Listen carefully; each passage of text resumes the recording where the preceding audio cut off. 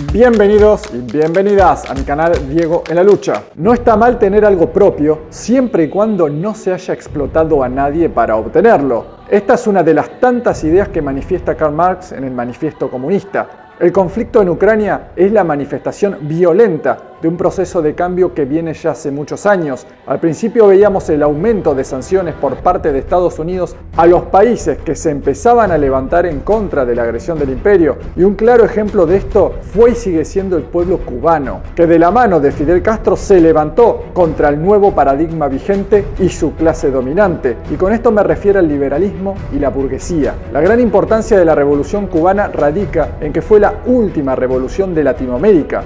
A diferencia de las anteriores, que fueron levantamientos contra el sistema monárquico español, amparado en el poder absoluto del rey, esta significó rebelarse contra el nuevo paradigma liberal y el nuevo sistema de explotación llamado capitalismo. O sea, se pasó de un sistema de explotación feudal a un sistema de explotación capitalista que se apoyaba en ideas de supuesta libertad para el individuo, pero en realidad la libertad no era para todos, sino para la nueva clase dominante burguesa y sus intereses. Lo que estamos presenciando en estos días es la pugna entre dos modelos, y algunos me dirán socialismo versus capitalismo, y yo les contesto lo siguiente. Acá hay una disputa entre el capitalismo financiero, dominado por las grandes élites bancarias o familias de la alta burguesía que hace siglos vienen amasando una colosal cantidad de poder político y económico, y el capitalismo productivo, y acá es donde entra en juego el socialismo, y ya veremos cómo. En el capitalismo financiero, la idea es ganar cuantiosas sumas de dinero a partir de la especulación, tener encadenados a países enteros con deudas impagables,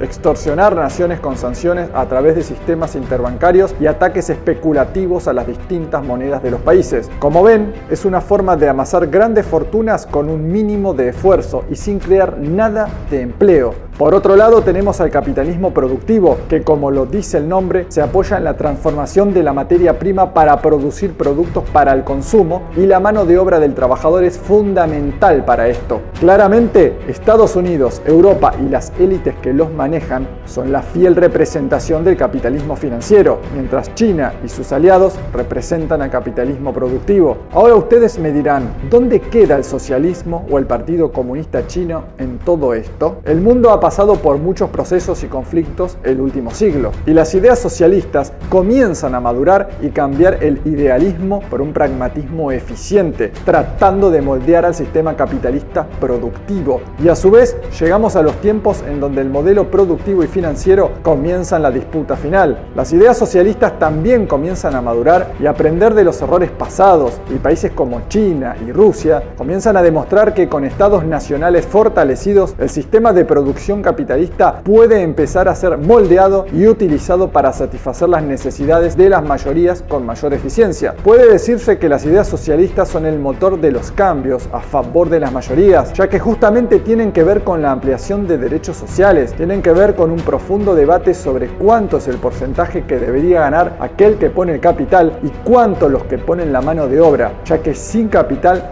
no se puede abrir una empresa, pero sin mano de obra tampoco. Dentro de este debate también tiene que estar un tema central para que exista una democracia plena y un verdadero libre mercado. ¿A qué me refiero con esto? A que debemos crear fuertes leyes contra los monopolios y hacerlas cumplir, ya que hay que entender que la economía debe ser un instrumento de la política y no al contrario, y el rol del Estado nacional fuerte es fundamental para promover lo que en términos de ciencia económica se denomina competencia perfecta, o sea que existan muchas empresas que ofrecen el mismo producto. Entonces sí puede existir un verdadero libre mercado, y evitando que la suba de precios pueda ser utilizada como una herramienta de extorsión a los gobiernos que favorecen a las mayorías. Repito, el gran problema del mundo entero son los monopolios, ya que acaparan el poder económico y por lo tanto político. Curiosamente, esos pseudoeconomistas que actúan de neutrales en los programas de televisión hablando de la libertad individual y el libre mercado, y a la vez criticando la existencia de los estados, defienden todo lo contrario a lo que dicen, ya que sin Estado no es posible la libertad, porque no habría leyes ni protección a la propiedad privada, ni regulaciones que traten de evitar los monopolios. En pocas palabras, sería la ley de la selva, donde los más beneficiados serían los más adinerados. Por supuesto que una gran traba para lograr mayor democracia son los monopolios mediáticos que monopolizan y tergiversan la información, manipulando a las masas en gran medida,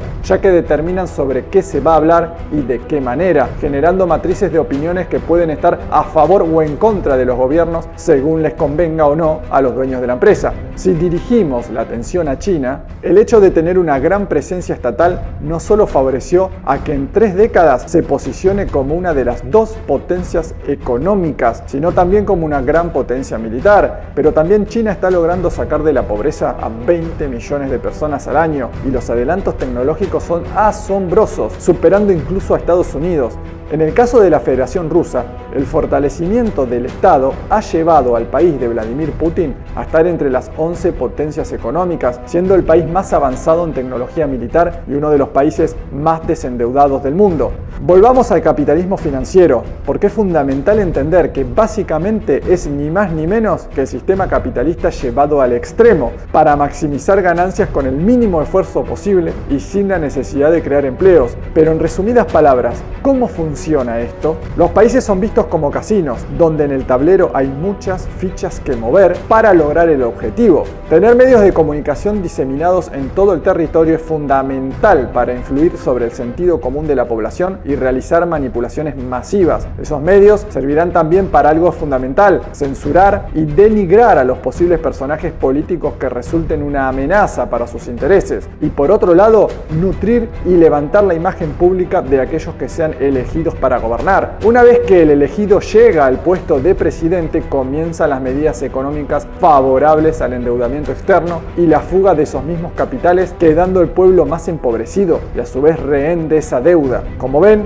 este sistema ha llegado a tal nivel de perfección que ya no se trata solamente que una empresa explota a sus obreros para generar ingresos, sino que endeudan a una nación entera y luego exigen desde el exterior feroces ajustes en jubilaciones y salarios para pagar los préstamos que nunca se traducen en mejoras para la población. El socialismo como etapa de transición a una sociedad comunista no deja de ser consecuencia del capitalismo, y aunque se sorprendan, déjenme explicarlo. Todo el sufrimiento y desigualdad que ha traído el capitalismo hace que la sociedad comience a necesitar y a pensar otro tipo de sistema que favorezca a la gran masa oprimida. Por lo tanto, si la existencia del capitalismo como etapa necesaria de aprendizaje y madurez de conciencia, no existiría un modelo hipotético socialista. Esta dinámica dialéctica entre sociedad e individuo, o sea, dinámica de construcción mutua entre sociedad e individuo, termina generando la necesidad de revoluciones que cambien el status quo. ¿Pero es fácil lograr cambiar el sistema? Los hechos históricos nos dicen que es extremadamente difícil, porque por más que el porcentaje de personas que manejan este sistema es muy bajo, tienen una clara ventaja sobre el resto: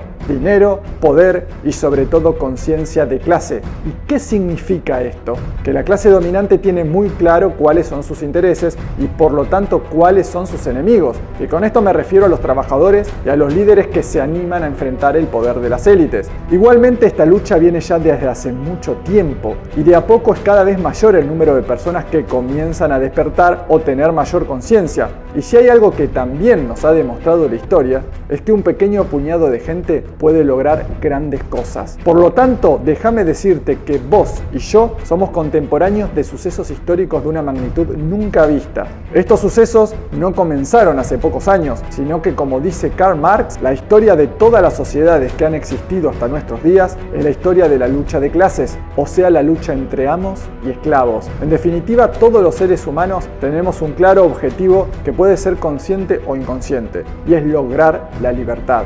¿Vos qué pensás? ¿La humanidad podrá lograr la suficiente conciencia para crear un sistema más justo para todos? Leo tus comentarios, te pido que te suscribas a mi canal, actives la campana de notificaciones en la opción todas, le des pulgar arriba y compartas. Muchas gracias.